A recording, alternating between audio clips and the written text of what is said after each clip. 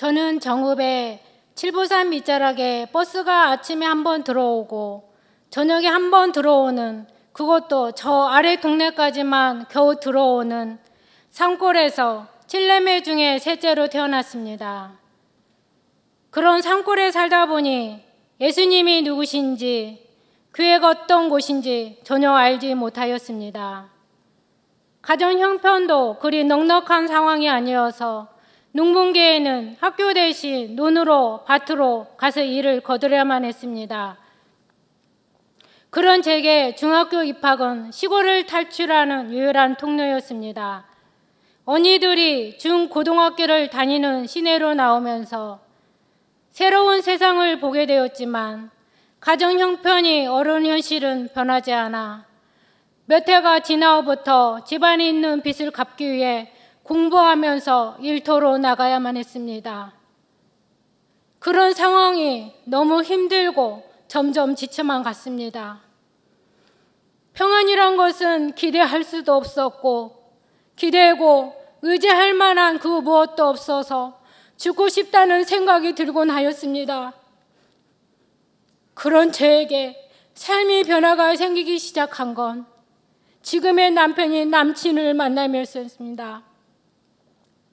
남친을 만날 때마다 제게 종종 예수님에 관하여서, 교회에 관하여서 이 얘기를 하곤 하였습니다. 사실 그런 것보다 저는 둘이 함께 있어서 좋기만 하였지, 그런 얘기들은 제가 별로 흥미가 없었고 마음에 와닿지도 않는 느낌이어서 그런 얘기를 할 때면 좀 불편해서 예수님 얘기든지 교회 얘기는 피하고 싶었습니다. 어느 수요일 저녁, 그날도 남친과 데이트를 하다가 교회 가는 남친과 헤어져서 집에 가고 있었고 자전거를 타고 홀로 골목길을 지나가고 있는데 그날도 예배 시간 알리는 종소리가 들렸는데 그날 들린 종소리는 마치 하나님이 부르시는 것만 같았습니다. 분명 아무도 없는데 누군가 저를 부르는 음성으로 들렸습니다. 두렵고 떨리는 마음이 들어 가던 길을 되돌아 남친이 다니는 교회로 달려갔습니다. 그렇게 하나님을 믿기 시작했고 예수님을 나의 주님으로 영접하였으며 내 안에 성령님이 함께 하심도 알게 되었습니다. 제 인생 가운데 처음으로 평안을 느꼈습니다. 그리고 교회 안에 들어가 보니 남친이 청년야장에 있는데 그곳에서 믿음의 동역자들을 만나 기도하는 방법을 배우고 말씀 묵상하는 방법도 배우면서 열심으로 봉사하며 섬기는 기쁨도 맛보게 되었습니다.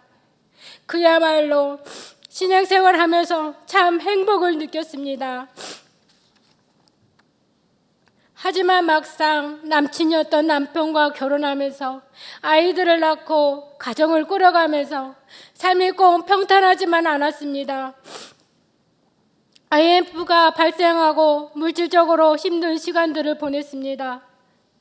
그럼에도 그때마다 채워주시는 하나님 은혜를 체험하며 감사와 찬양이 저에게 있었습니다. 어려운 가운데서도 우리 부부와 아이들은 교회에 더 충성하고 교회 중심의 신앙생활을 해왔습니다.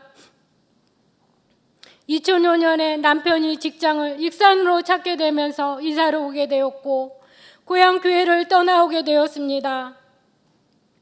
이사를 오게 되면서도 교회 가까운 곳에 집을 얻기 위해 기도하면서 집을 알아보던 중 예안교회를 만나게 되었고 때마침 아름드리 아파트로 이사를 오게 되었습니다. 신앙생활하면서 제가 느낀 예안교회는 말씀이 살아있고 기도의 능력을 체험하며 한 사람의 생명을 귀하게 여기는 전도의 열정이 있는 교회입니다. 예안교회에서 매일 새벽을 깨우며 하나님께 모든 것을 맡기고 기도하는 가운데 우리 두 아이는 하나님께서 키워주셨습니다. 무탈하게 잘 큰 아이는 현재 좋은 직장에 들어가서 인정받으면서 직장 생활도 하고 있습니다. 그리고 제가 오래된 질병이 밀고 신경통이라는 질병을 앓고 있었는데 오래 앉아있기가 너무 힘들고 고통스러운 질병이었습니다. 그동안 정형외과, 신경외과, 통증외과를 가보았지만 아무 이상이 없다는 진단만 받았습니다. 하지만 저의 고통은 가실 줄을 몰랐습니다.